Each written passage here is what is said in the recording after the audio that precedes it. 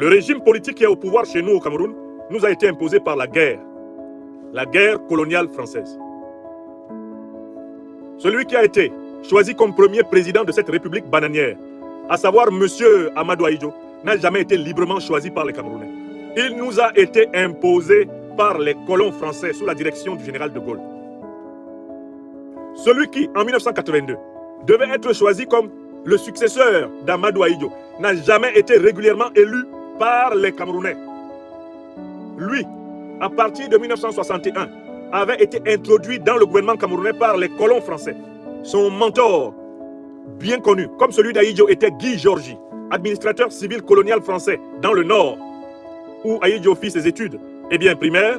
De la même façon, Biya est une pure production du docteur Louis-Paul Ojula, colon français du Cameroun. Il est introduit à partir de 1961 dans l'administration politique camerounaise qu'il n'a pas quittée depuis lors jusqu'à l'instant où je vous parle.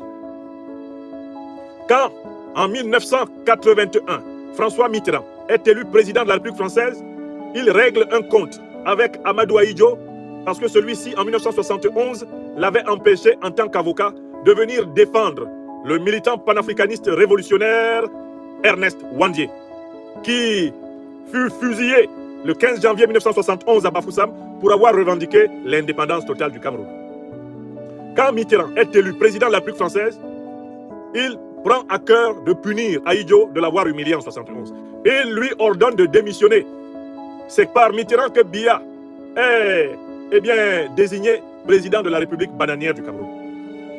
Ahidjo se rend compte qu'il aurait pu organiser une résistance, contourner les consignes de Mitterrand, d'où les tentatives de coup d'État qui auront lieu contre le régime de Biya en 1983, au mois d'août.